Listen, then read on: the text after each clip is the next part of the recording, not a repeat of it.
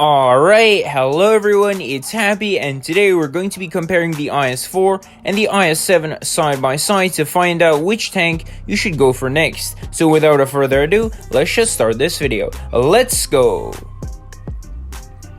First up is the is-4, and we're going to be looking at its armor profile. So from the front, it has a few weaknesses. That is the commander's hatch on top, and the driver's hatch at the front, and the lower plate on the bottom. So that's three weaknesses from the front against regular AP shells. As you can see, penetrating them isn't too hard at all. If we load gold on a tank such as the E5 with 340mm of penetration, we can already start penetrating the front of the turret.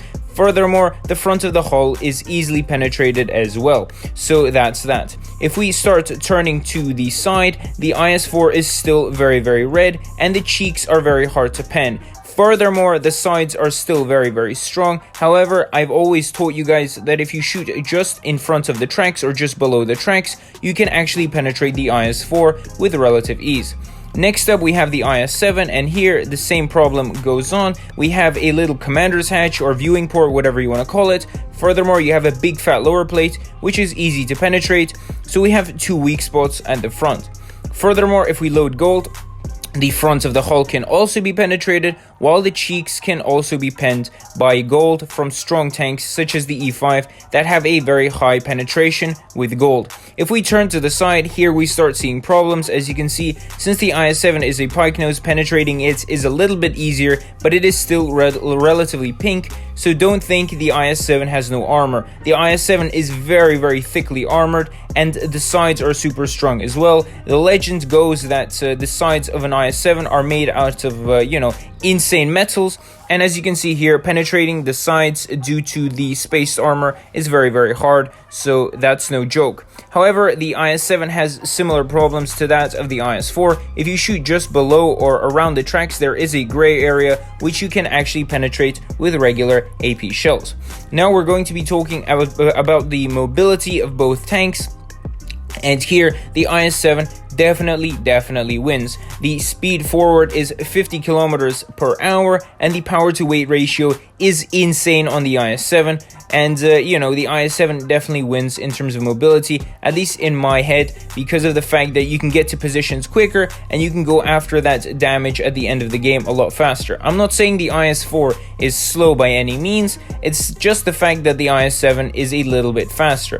However, in terms of traverse speed, here the is-4 wins. The turret traverse and the hull traverse on the is-7 is absolutely abysmal, and it is so horrible. I have no words for it. But still, since the is-7 travels at 50 and it is indeed one of the fastest heavy tanks at tier 10, I would definitely say it wins in terms of mobility. So let's move on to the gun handling, or the gun. And here the is-7 definitely loses.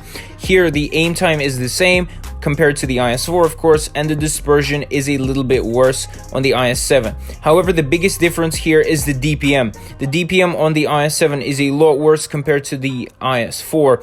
Furthermore, the penetration on the is-7 is abysmal. 308mm with gold shells is horrible. It is so horrible, and you will have, problems penetrating tanks with a lot of armor. Compare that to 340mm of penetration on the is-4 with gold, and you literally start penetrating tanks like butter in the is-4, especially if you come against the mouse. Penetrating the front, etc is super easy, while the is-7 struggles in that regard. So here I would definitely say that the is-4's gun is a lot more comfortable, it penetrates a lot more easily, and the DPM is a bit better. However, the is-7 does have one advantage over the is-4, and that is the big fat alpha. You sometimes get 500 rolls, 500 plus, and that is very nice, but the is-4's gun overall is a lot better in my opinion.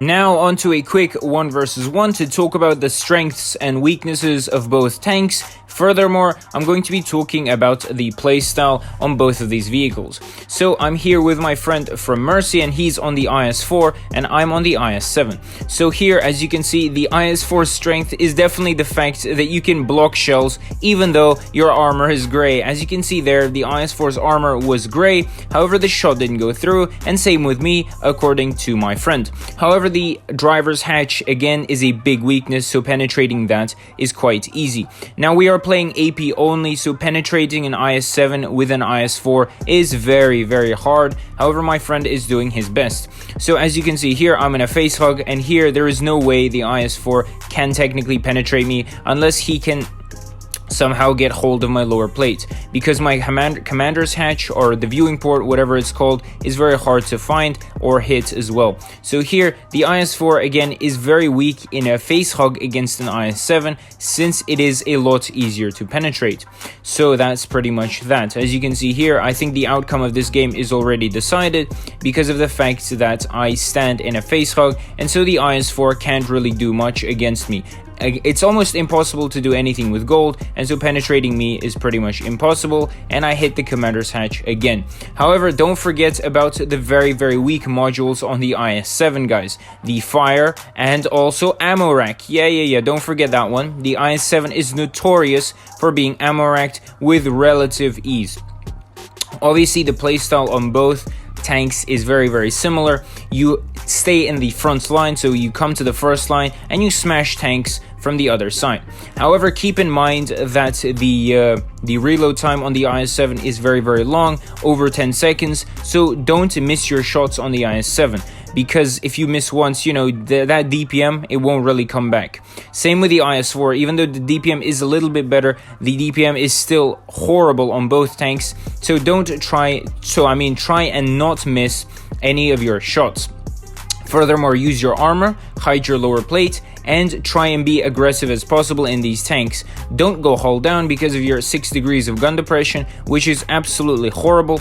But regardless of that, you can always be very, very aggressive, and your armor will troll and save you most of the time. That's why I think these tanks are very good for newer players. If you're in a platoon, being aggressive is very, very easy, as you can cover each other and help each other. As you can see here in this replay, I literally just rush in because I see an opportunity. I know no one is covering this is-7, so we can pretty much take him out with Zayakov.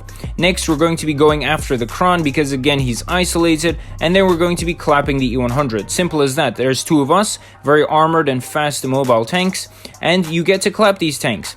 So obviously, in terms of weaknesses for the is-7, it is very, very weak modules. You burn relatively easily, your ammo rack is bad, your gun is very inaccurate, and your penetration is abysmal, as well as your DPM, which is horrible. Apart from that, the is-7's armor is very, very perfect. It's very well balanced, and is close to perfect. So the turret is insane, the hull is insane.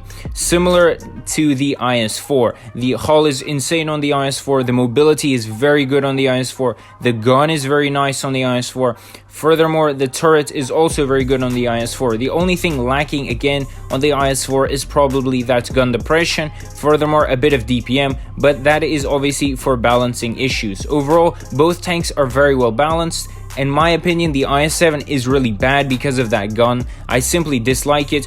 Everything else is really perfect about the gun. If you gave the is-7 an insane gun, for example that of the new M4 MLE, this tank would become OP. So I think the is-7 is quite balanced in the way it is, and that's pretty much all I have to say about both tanks. They're very good vehicles, so for newer players, I would still say the is-7 is maybe better because of that easier tech tree grind, because the is-4's tech tree is horrible. But other than that, both tanks are insane. So with that, this video comes to an end. If you enjoyed it, don't forget to like, comment, and subscribe, and I'll see you guys next time. Happy is out. Bye-bye.